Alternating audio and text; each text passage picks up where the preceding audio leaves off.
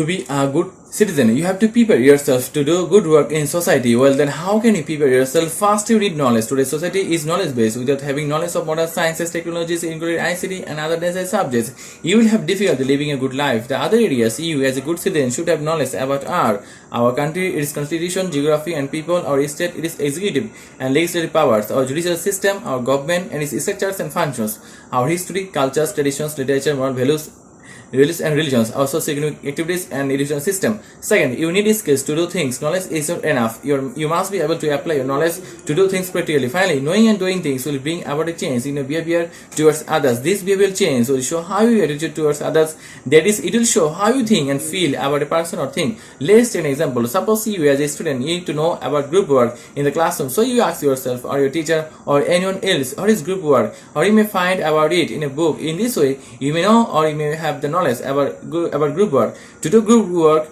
the class has to be divided into groups. Each group is to do some tasks given by the teachers or in the textbook. The group members will discuss and share ideas and points, and finally one member will write the answers. Then you start working in groups. In each group you take turns discussing points and answering questions. In this way you can actually do the tasks and your teacher may monitor and help you to do the work. Lastly, through regular group work, it is expected that there will be noticeable change in your behavior. Possible changes are: you will develop the skill of speaking freely in English with your classmates and teachers. Your shyness will gradually disappear. You will develop the attitude of helping and cooperating with each other. You will learn to behave in a different way. Most importantly, this behavioral change taking place in you inside the classroom will be carried over outside the classroom in real life situations.